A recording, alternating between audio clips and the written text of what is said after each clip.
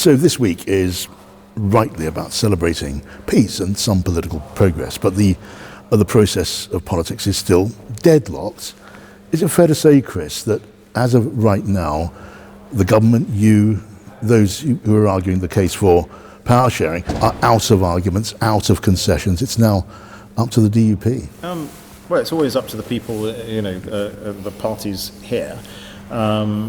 But no, I mean, we are marking and celebrating 25 years of peace, and new institutions that were born as part of the Belfast Good Friday Agreement. Now, they're key, and one of them is Stormont, where the executive takes local decisions for local people by local people. Now, it's had a troubled lifetime. It hasn't been functioning all the time. It was collapsed not so long ago by Sinn Féin for 3 years, this time by the Democratic Unionist Party. I'd like to think that we've solved the fundamental reason behind that. The Northern Ireland Protocol meant that the unionist community here couldn't buy goods that they could normally previously got sourced from Great Britain. There were gaps on shelves. For example, Marks & Spencer's had 600 less products available here than that you would in Great Britain. And that was a physical sign to people in the unionist community that they might be being dragged away from the internal market of the United Kingdom into the single European. Yeah, I mean, it's a strong part of the Prime Minister's argument that access to the British market and to Ireland and the European single market is a great opportunity, a unique benefit. Is it? Some would argue it's a little bit ironic for someone like you, for the Prime Minister, to argue that. You were a former chair of the European Research Group, deeply Brexiteer. He voted for Brexit, and you're arguing the benefits of single market access. Yeah, no, I mean, actually, it's almost, I'd say, John, it's better than that, because you've got all the benefits of a United Kingdom that has left the European Union. We've just signed a trade deal with the TPP countries, so you get all the benefits that can flow from the new Brexit freedoms we have, and goods from Northern Ireland, manufactured in Northern Ireland, have access to the European single market. It's a way better without having, yes, those manufactured goods have to go to European standards, but you don't have all the other EU law that would have been existed had we been members of the European Union disappeared. So it's a completely different constitutional position. So are your old friends and colleagues in the European Research Group who are still standing firm against the Windsor framework, are they misguided? Are they dogmatic? I mean, don't let me put words in your mouth. How would you describe them? Yeah, I'd just say, I'd humbly say that they were wrong. It's less than 3% of EU law that applies to manufactured goods here, produced here in Northern Ireland. And as we said when we brought the Windsor framework to everyone's attention, we thought that was a reasonable solution, because I'd been talking to manufacturers here, where tens of thousands of jobs and hopefully more jobs in the future. We just heard from Joe Kennedy III at this conference talking about the opportunities for investment into Northern Ireland that now exist.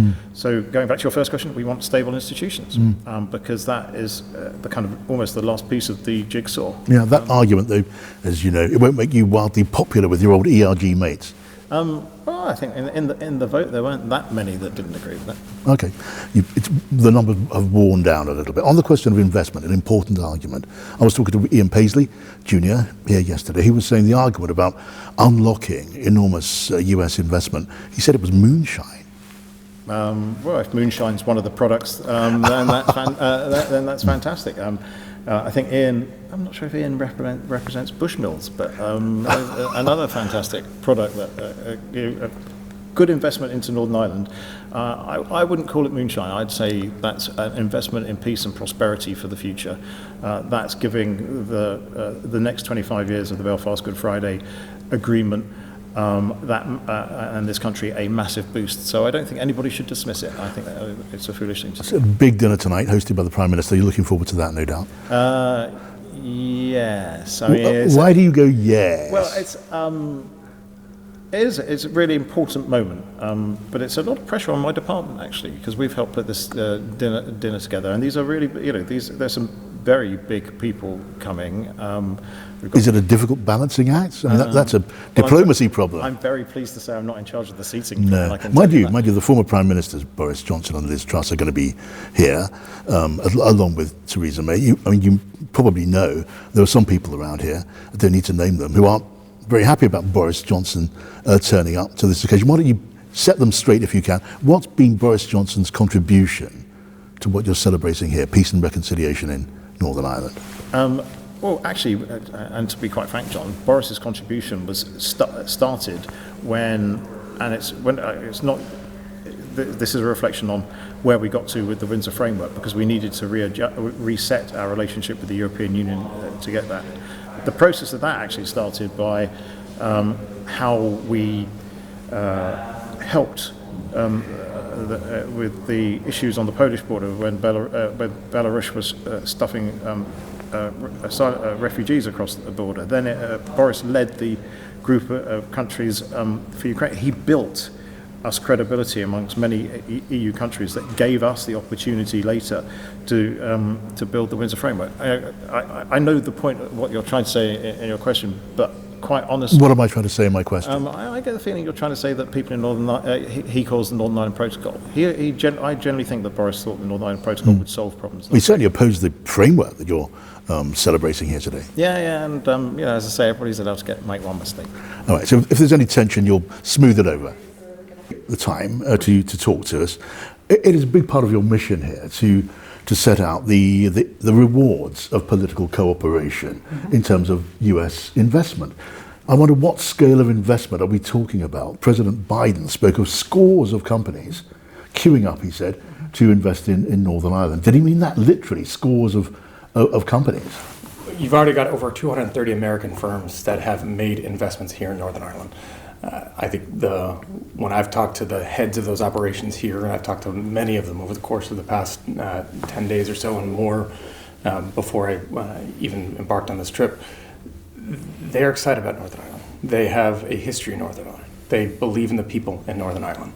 This is not a question of, hey, this is a good thing to do because it's the right thing to invest in Northern Ireland. They're here because they think it's good business. And there's now 230 plus businesses that they can point to and that are saying, hey, if you guys don't come, that's fine. We're going to stay.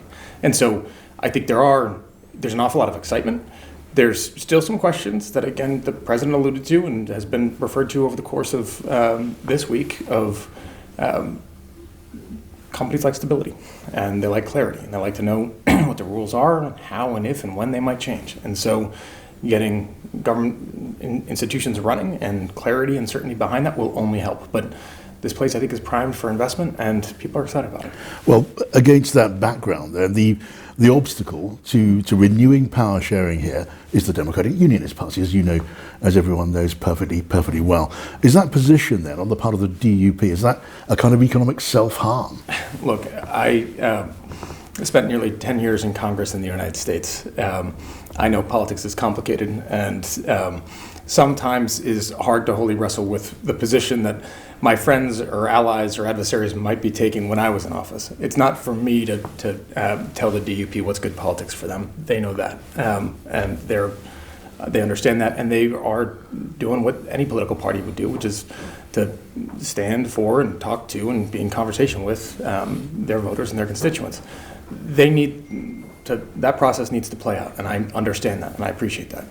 What I have said, and I think what you've heard from others, is a recognition that, look, take the time that is necessary to have that conversation and come to that understanding. But that in these trains also, not everything abides by that timeline. And so from my perspective here, political parties need that time and space to navigate those waters. It certainly would provide an additional boost when those questions are clarified for other businesses to come in here and make that investment. Well, when I spoke to Tony Blair yesterday, he made the point, born of experience, that apportioning blame between parties here just doesn't work. So just focusing then on the economics of this. I also spoke yesterday to Ian Paisley Jr., a famous name, as you know, in these parts, and he said the idea of an El Dorado of an investment, if power sharing was restored, he said that was moonshine. Look, I don't. I'm not going to contradict Mr. Paisley. What I will say. Well, you already have. Well, touche. But what I would say is, look at our recent history. Look at the history of Northern Ireland's economy. Look at the United States investments in Northern Ireland, particularly over the course of the past 25 years. I spoke this morning to a cybersecurity conference that was gathered at AFLAC, which was also an American firm that came here in 1988 on the heels of Good Friday Agreement. They now have hundreds of employees here.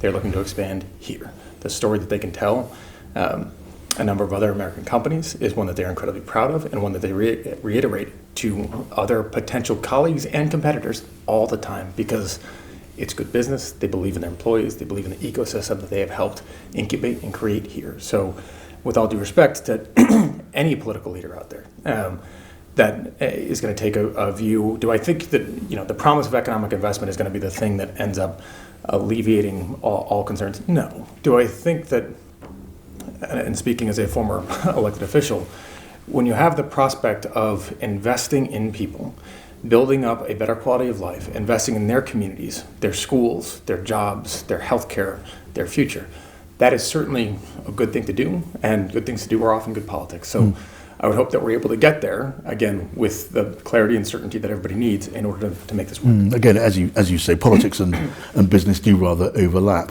When a lot of people in Northern Ireland, on the unionist side of the line, they look at President Biden, who appointed you, you're close to Joe Biden. They see a president who is biased on the green side of the line, and you know perfectly well why that is. I can tell you that I got off Air Force One with President Biden when he touched down here, and it was an incredibly warm reception by everybody in that line. It was, and it was 10 o'clock at night. It was wet and it was rainy, and yet he was greeted warmly by the Prime Minister. There was an awful lot of laughter all the way around. I saw thousands of people standing out in the wet, dark rain to watch the president greet the president as we came into Belfast. I saw all of those people at his speech the next day. I've been here for the last 10 days.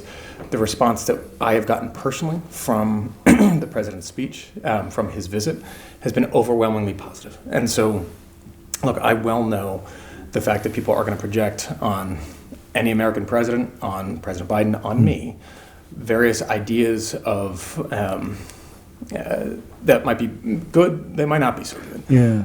He is seen, is he not, as occasionally, and more than just occasionally, as being rather anti-British.